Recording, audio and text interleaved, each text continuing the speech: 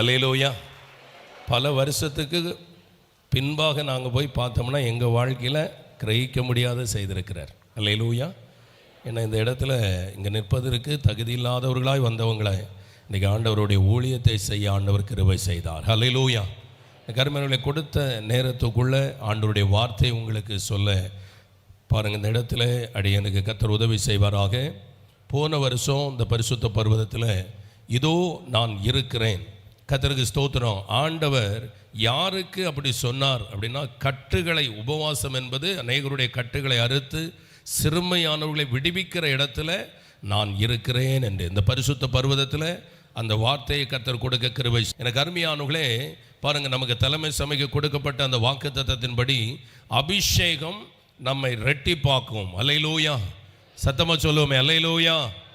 கர்த்தருக்கு ஸ்தோத்திரம். அப்போஸ்தலர் 10வது அதிகாரத்தில் கர்த்தருக்கு ஸ்தோத்திரம் உண்டாவதாக இந்த அபிஷேகம் எங்கே இருக்கிறது என்று நம்ம பார்க்க போகிறோம். கர்த்தருக்கு ஸ்தோத்திரம். அதில் நீங்கள் 43, 44 வசனத்தை வாசிக்கும் போது அப்போஸ்தலர் 10வது அதிகாரம் அதில் 43, அவரை விசுவாசிக்கிறவன் எவனோ அவன் அவருடைய நாமத்தினாலே பாவ மன்னிப்பை பெறுவான் என்று கேட்டவர்கள் யாவர் மேலும். வசனத்தை கேட்டவர்கள் யாவர், பிதாவின் வாக்குத்தத்தம் நமக்கு தெரியும்.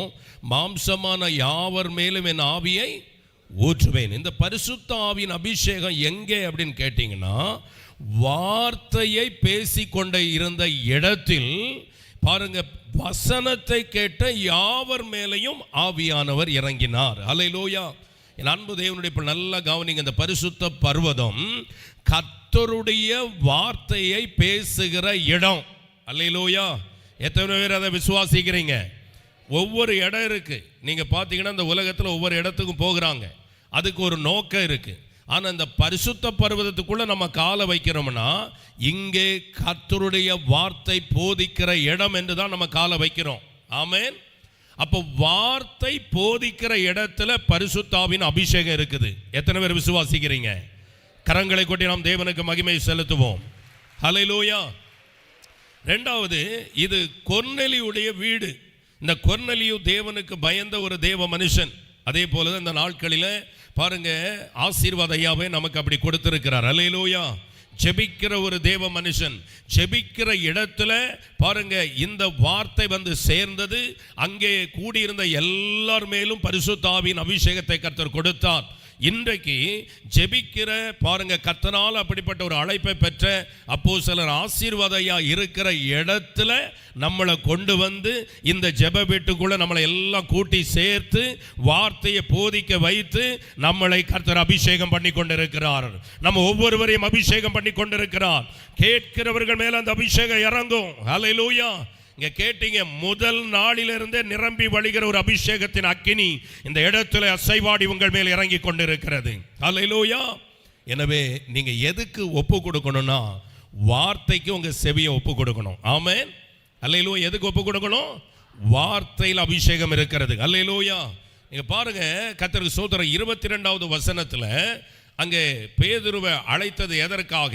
அதற்கு அவர்கள் நீதிமானும் தேவனுக்கு பயப்படுகிறவரும் யூத ஜனங்கள் எல்லாரும் நல்லவர் என்று சாட்சி பெற்றவருமாகிய கொர்நேலியு என்னும் 100க்கு அதிபதி உம்மை தம்முடைய வீட்டுக்கு அழைப்பித்து உம்மால் சொல்லப்படும் வார்த்தைகளை கேட்கும்படி. உம்மால் சொல்லப்படும் வார்த்தை. அல்லேலூயா. தேவனுடைய ஊழியக்காரர்கள் சொல்லுகிற வார்த்தையின் மூலம் ஆவியானவர் இறங்குகிறார் என்று எத்தனை பேர் விசுவாசிக்கிறீங்க? எத்தனை பேர் விசுவாசிக்கிறீங்க? ஆமென் சொல்லி கரங்களை கொட்டி கர்த்தருக்கு மகிமைப்படுத்துவோம். உம்மால் சொல்லப்படுகிற வார்த்தை, அப்போஸ்தலர் ஆசீர்வாத ஐயா மூலமாய் சொல்லப்படுகிற வார்த்தை, அபிஷேகம் பெற்ற கர்த்தருடைய ஊழியக்காரர்கள் சொல்லுகிற வார்த்தையோடு பரிசுத்த ஆவியானவர் இந்த இடத்திலே உங்கள் மேல் இறங்கும்படியாக. அல்லேலூயா. அதற்கு தான் நம்மளை அழைச்சிட்டு வந்திருக்கிறார். ஆமென். உம்மால் சொல்லப்படுகிற வார்த்தை. எனவேதான் கர்த்தருடைய ஊழியக்காரங்க இந்த பலிபீடத்தில் வந்து யார் யார் பேசுகிறாங்களோ கவனமாக வார்த்தைக்கு செவி கொடுங்க. நிச்சயம் நீங்கள் அபிஷேகிக்கப்படுவீர்கள். ஹல்லேலூயா. எப்படிப்பட்ட ஒரு அபிஷேகம்? அப்போஸ்தலர் 11வது அதிகாரத்தில் 15வது வசனத்தை நீங்க படிச்சீங்கன்னா வாசிங்க. நான் பேச தொடங்கின போது பரிசுத்த ஆவியானவர் பேதுரு பேச தொடங்கின போது பரிசுத்த ஆவியானவர் ஆதியிலே நம்மேல் இறங்கினது போலவே. ஆதியிலே அப்படின்னா பாருங்க, பெந்தெக்கோஸ்தே நாளிலே இறங்கினது போல.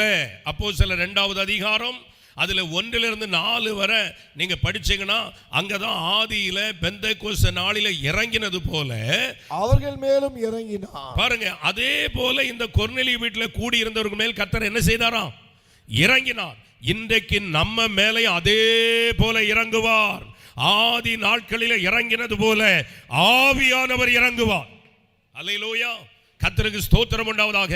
அவர் நேற்றும் இன்றும் என்றும் மாறாதவர். என் அன்பு தேவனுடைய, இன்றைக்கு அவர் உங்கள் மேல அப்படி ஒரு அக்கினியை போடுவதற்காக இன்றைக்கு தேவன் உங்களை அழைத்து வந்திருக்கிறார்.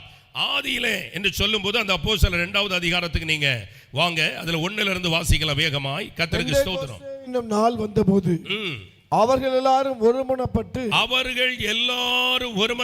ஓரிடத்தில் வந்திருந்தார்கள். பாருங்க, அந்த ஆதி நாட்களிலே இறங்கினதுக்கு காரணம் ஒருமனப்பட்டு ஓரிடத்தில். பாருங்க, நல்லா கவனிங்க. இந்த பரிசுத்த பர்வதத்துல நம்ம எல்லாரையும் பாருங்க, ஓர் இடம் என்று சொல்லுகிற இந்த பரிசுத்த பர்வதத்துல நம்மளை எல்லாம் கூட்டி சேர்த்து இருக்கிறார். ஹல்லேலூயா. இங்க வர்றவங்க எல்லாம் என்னத்துக்கு வந்து அந்த ஓர் இடமாக இன்றைக்கு இயேசுப்பா நமக்கு இந்த இடத்தை கொடுத்திருக்கிறார். ஆமென். ஹல்லேலூயா. அங்கே ஒருமனப்பட்டு வந்தாங்க. அதுக்கு அடுத்த வசனம், பலத்த காற்று அடிக்கிற முழம்போகல. போதும், பலத்த காற்று. என்ன காற்று? பலத்த காற்று. இந்த இதிலே அர்த்தம் இருக்கு பாருங்க. அந்த காற்று எப்படிப்பட்டதுங்க? பலத்த காற்று. சத்தமா சொல்லுங்க. அது நம்ம மேல வருதுன்னா பலத்ததுன்னு சொல்லப்பட்டிருக்கு. நம்மளை விட பலமா இருக்கும். ஆமென். பரிசுத்த ஆவி என்கிற காற்று, நல்ல கவனிங்க, உங்க மேல வீச போகிறது, உங்க மேல அடிக்க போகிறது. ஹல்லேலூயா. இதுவரை நீங்க எங்கெல்லாமோ நினைச்சு நீங்க நடந்திருப்பீங்க. நல்லா கவனிங்க. இனிமே ஆவியானவர் என்கிற காற்று உங்களை அடித்து அவருடைய சித்தத்தின்படி கொண்டு போக போகிறது. விசுவாசித்தால் ஆமென் சொல்லி கரங்களை கொட்டி கர்த்தரை மகிமைப்படுத்துங்க. பரிசுத்த ஆவி என்கிற பலத்த காற்று அது உங்க மேல பலம் செய்ய போகிறது. அது உங்களை இழுத்து கொண்டு அவருடைய சித்தத்துக்கு நேராய் நடத்த போகிறது. ஆமென். அது ஒரு பலத்த காற்று. அல்லேலூயா. கர்த்தருக்கு ஸ்தோத்திரம் உண்டாவதாக. அந்த காற்று உங்க மேல வரும்போது அதற்கப்புறம் நம்ம சித்தத்தின்படி நம்ம ஓட முடியாது. அந்த காற்று எங்கே எங்கே அடிக்கிறதோ, யோவான் 3வது அதிகாரத்தில் அங்கே வேதத்தில் சொல்லப்பட்டிருக்கு, ஆவி ஒரு காற்று எங்கே இருந்து வருகிறது என்று எங்கே போகிறது என்று அறியாதது போல ஆவியை பெற்ற மனுஷன் அப்படியே இருக்கிறான். ஆமென். அந்த பலத்த காற்று. என்ன காற்று? ரெண்டு கரங்களை உயர்த்தி சொல்லுங்க, ஏ மேல, எங்க மேல அந்த பலத்த காற்று வீசட்டுப்பா. எங்க மேல ஆவியானவர் பலம் செய்யும். சொல்லுங்க, வாய்களை திறந்து சொல்லுங்க. இதுவரை உங்க இஷ்டத்துக்கு நீங்க நடந்திருக்கலாம். ஆனா இனிமே சொல்லுங்க, அந்த பலமுள்ள தேவ ஆவி உம்முடைய சித்தத்தின்படி என்னை நடத்தி செல்லட்டும். ஆமென். ஆமென். ஹல்லேலூயா. அப்ப இது ஒரு பலமுள்ள காற்றுன்னு சொல்லப்பட்டிருக்கு. கர்த்தருக்கு ஸ்தோத்திரம் உண்டாவதாக. பாருங்க, ஒரு பிசாசு பாருங்க ஒரு மனுஷனை பிடிக்கும் போது அவனை அலக்கழித்து அது இஷ்டப்படி அவனை கொண்டு போகுது.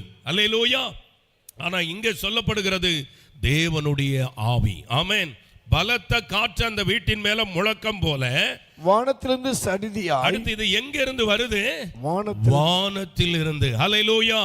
இந்த 3 நாட்கள் விசுவாசித்து வந்திருக்கிற என் அன்பு தேவனுடைய பிள்ளையே, உனக்காக கர்த்தர் வானத்தை திறந்துதான் இந்த பலத்த காற்றை உங்கள் மேல் ஊற்றுகிறார். ஹல்லேலூயா. எத்தனை பேர் விசுவாசிக்கிறீங்க வானம் எனக்கு திறக்கப்படும் என்று? ஹல்லேலூயா. அநேகருடைய கரங்களை நான் பார்க்கிறேன். உங்கள் விசுவாசத்தின்படியே ஆக கடவது. ஹல்லேலூயா. கரங்களை கொட்டி நாம் தேவனுக்கு மகிமையை செலுத்துவோம். வானம் திறக்கப்பட்டு நீங்கள் நிரப்பப்படுவீர்கள். ஆமென். பூமியிலே அக்கினியை போட வந்தேன், அது இப்பொழுதே பற்றி எரிய வேண்டும். தேவனுடைய விருப்பம் என்ன தெரியுமா? நாளைக்கு அல்ல, இப்பொழுதே அது என்ன செய்யணுமா? பற்றி எரிய வைக்க வேண்டும். அல்லேலூயா.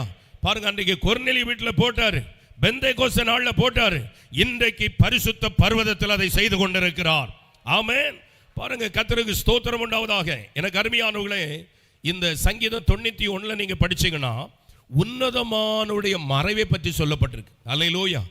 சங்கீதம் 36, 7, 8 வசனம் படிச்சீங்கன்னா அந்த உன்னதமானவருடைய மறைவு என்கிற செட்டை அவருடைய சபை என்று சொல்லப்பட்டிருக்கு. அல்லேலூயா. எதுங்க? அவருடைய சபை. அந்த சபை தான் மறைவிடம், அவருடைய சபை தான் செட்டை. அவருடைய சபைதான் நிழல். அல்லேலூயா.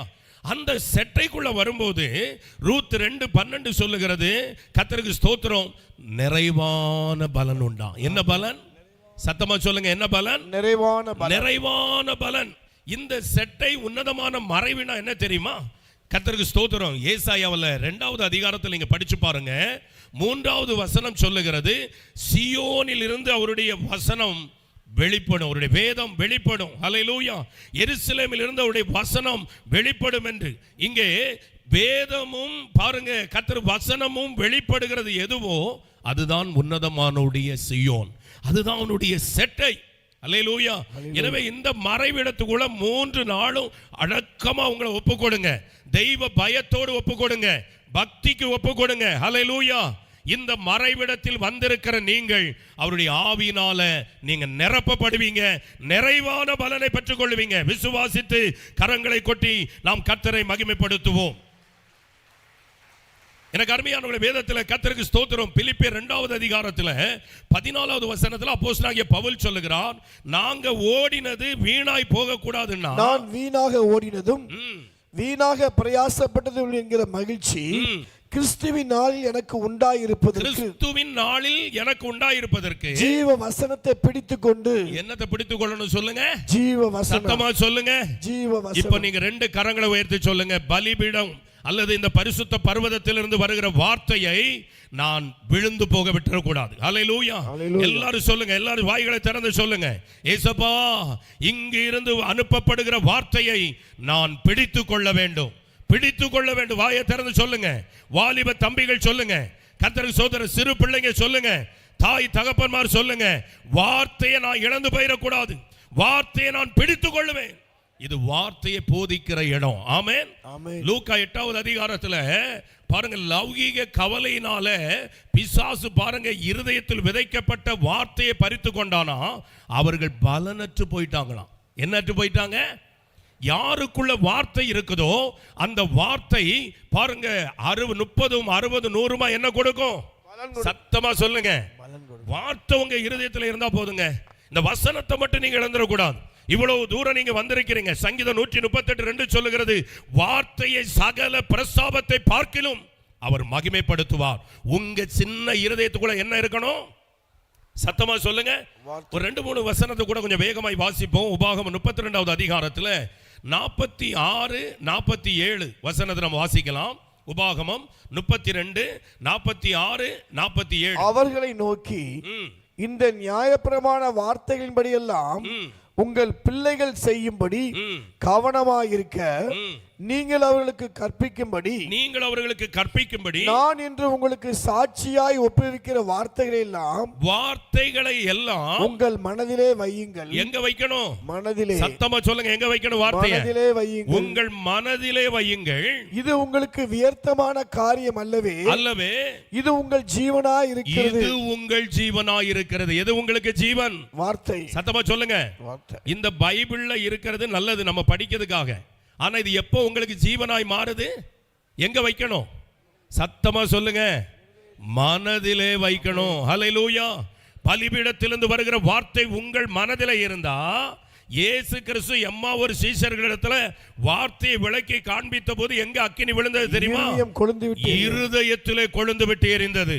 வார்த்தை உங்கள் மனதுக்குள்ள வந்துட்டுனா நீங்க உங்க இருதயத்தில் அந்த அக்கினியை உணர முடியும், அந்த அபிஷேகத்தை உணர முடியும். கர்த்தர் உங்கள் இருதயத்தில் அந்த அக்கினியை போட விரும்புகிறார், அது பற்றி எரிய விரும்புகிறார். அல்லேலூயா. இருதயத்தில் இருக்கிற வார்த்தை தான் உங்களை இந்த பூமியில சுடர்களை போல பிரகாசிக்க வைக்கும். ஆமென். கரங்களை கொட்டி நாம் தேவனை மகிமைப்படுத்துவோம். உபாகமம் 11வது அதிகாரம் அதிலே சொல்லப்பட்டிருக்கிறது 13, 14, 19, 16 வசனத்தை நீங்க வீட்டுல படித்து பாருங்க. நீங்கள் உங்கள் தேவனாகிய கர்த்தரிடத்தில் படிக்க வேண்டாம். வார்த்தை உங்கள் இருதயம் உங்கள் ஆத்துமாவிலே பதிக்கப்பட வேண்டுமா? எங்க பதிச்சிருக்கணும்? இருதயத்துல, ஆத்துமாவிலே. ஏசாயா 51:7 அப்படி சொல்லுகிறது, உங்கள் இருதயத்துல பதிக்கப்படணும். அப்போ வார்த்தையை போதிக்கிற இடத்துல அபிஷேகம் இருக்கிறது. அந்த வார்த்தையை தரையில விழவிடக்கூடாது. எங்க விழணும்? உங்க இருதயத்துல விழணும். ஆமென். அப்பொழுதுதான் நீங்கள் பற்றி எரிய முடியும். எனவேதான் வேதம் சொல்லுகிறது, நீதிமொழிகள் 3வது அதிகாரத்தில் 3-4 வசனம் சொல்லுகிறது. எனக்கு அருமையானவர்களே பாருங்க, கிருபையும் சத்தியம் உங்களை விட்டு விலகாதிருப்பதாக அது உங்கள் கழுத்திலே பூண்டு எங்க மாட்டணும்? உங்க கழுத்துல மாட்டி உங்கள் இருதயமாகிய பலகையிலே எழுதிக் கொள்ளுங்க. ஹல்லேலூயா. எங்க எழுதணும்? சத்தமா சொல்லுங்க. இங்கே இருந்து வருகிற வார்த்தை உங்கள் இருதயத்தில் எழுதப்படுமானால் நீங்க இங்க வந்தது வீணாய் போகல. அந்த வார்த்தை உங்களை அக்கினியாய் மாறி உங்களை அபிஷேகித்து உங்களை பிரகாசிப்பிக்கும். அல்லேலூயா. இன்னைக்கு கர்த்தருக்கு ஸ்தோத்திரம். அதற்கு ஒப்பு கொடுங்க. ஒரு முறை கூட கரங்களை உயர்த்தி, நான் வார்த்தைக்கு ஒப்பு கொடுக்கிறேன். என் செவிகளை விருத்த சேதனம் பண்ணும், என்னை நல்லா கவனித்து இருக்க பண்ணும். என்னுடைய சிந்தனை எங்கேயும் போக கூடாது. நான் வார்த்தையின் மேல பசிதாகமா இருக்க என்னை ஒப்பு கொடுக்கிறேன். ஹல்லேலூயா. கர்த்தருக்கு ஸ்தோத்திரம். வார்த்தை இருதயத்தில் இருந்தா அவன் நடைகளில் ஒன்றும் பிசகாது. மல்யுத்தம் பண்ணினாலும் அவன் வார்த்தையின்படி பண்ணாவிட்டால் முடிசூட்டப்படான் என்று வேதம் சொல்லுகிறது. ஹல்லேலூயா. எனவே வார்த்தை இருந்து வார்த்தை வைத்துக் கொண்டு நீங்க மல்யுத்தம் பண்ணுங்க. ஒரு நிமிடம் முழங்கால் படியிட்டு. கர்த்தருக்கு ஸ்தோத்திரம். இந்த பரிசுத்த பர்வதத்தில் வந்திருக்கிற உங்களுக்கு என் அன்பு தேவனுடைய பிள்ளை, ஒன்று அக்கினி அபிஷேகம் உங்கள் மேல பலம் செய்யணும். உங்க மேல அது வேலை செய்யணும்னா வார்த்தையை போதிக்கிற இடத்துல அந்த அபிஷேகம் இருக்குது. அந்த வார்த்தையை உங்க இருதயத்துக்கு கொண்டு வரணும். அல்லேலூயா. உங்க இருதயத்தில் வைத்திருக்கணும். அதே போல வேதம் சொல்லுகிறது, வெளிப்படுத்தின விசேஷம் 3:8 நீங்க படிச்சு பாருங்க. கொஞ்சம் பலன் இருந்தும் நாமத்தை மறுதலியாமல் வசனத்தை கை கொண்டால் திறந்த வாசல். இங்கிருந்து வாசிக்க கேட்போம். உன் கிரியைகளை அறிந்திருக்கிறேன். உனக்கு கொஞ்சம் பலம் இருந்தும் நீ என் நாமத்தை மறுதலியாமல் என் வசனத்தை கை கொண்டபடினாலே இதோ திறந்த வாசலை, இதோ ஒரு திறந்த வாசல் உனக்கு முன்பாக வைத்திருக்கிறேன். கரங்களை உயர்த்துங்க. 2 கரங்களை உயர்த்துங்க. ஒரு சின்ன ஜெபம் தான் ஏறெடுக்க போறோம். ஒரு சின்ன ரகசியத்தை உங்களுக்கு சொல்லி தருகிறேன். கரங்களை உயர்த்தி வைங்க. உபாகமம் 30:8 சொல்லுகிறது, வார்த்தை எனக்கு அருமையானவர்களே, வார்த்தையின்படி நீங்க செய்யணும்னா அது நமக்கு தூரமா இருக்க கூடாதான், உனக்கு சமீபமா இருக்கணும்னு பைபிள் சொல்லுகிறது. அது எது தெரியுமா சமீபம்? அது உன் வாயிலும் உன் இருதயத்திலும் இருக்கும்போது தான் சமீபமா. கர்த்தருக்கு ஸ்தோத்திரம். உபாகமம் 30:8 நீங்க படிச்சு பாருங்க. இன்னைக்கு சொல்லுங்க, ஏசப்பா இந்த பைபிள்ல இருக்கிற வார்த்தை என் இருதயத்துக்குள்ள என் வாய்க்குள்ள வரட்டும். ஆண்டவர் ஒன்றையும் நான் விட்டுறக்கூடாது. என் தகப்பனே, கிருபையா இங்கு வந்திருக்கிற பிள்ளைகள் திருவசனம் கடந்து செல்லக்கூடிய வாசலை நீர் திறந்து, ஆண்டவர் உம்முடைய வார்த்தை போதிக்கிற இடத்துல அக்கினி இருக்கிறது. உம்முடைய தாசர் போதிக்கும் போது அவர்கள் மூலமாய் சொல்லப்படுகிற வார்த்தையிலே ஆண்டவரே பரிசுத்த ஆவியானவர் கேட்டு கொண்டிருந்தவர்கள் மேல் இறங்கினீர். இன்றைக்கு கேட்கும்படி உம்முடைய ஆவியினால் அழைக்கப்பட்டு வந்திருக்கிற, உம்முடைய கிருபையினால் அழைக்கப்பட்டு வந்திருக்கிற இவர்கள் மேல் வார்த்தை அக்கினியாய் விழட்டும், இருதயத்திலே அது பதியட்டும். நிரப்படி செய்வதற்காய் ஸ்தோத்திரம். கர்த்தர் ஜெபத்தை கேட்டபடியா கரங்களை கொட்டி நாம் கர்த்தரை நாம் ஸ்தோத்தரிப்போம். ஆமென். அப்படி அமருவோம்.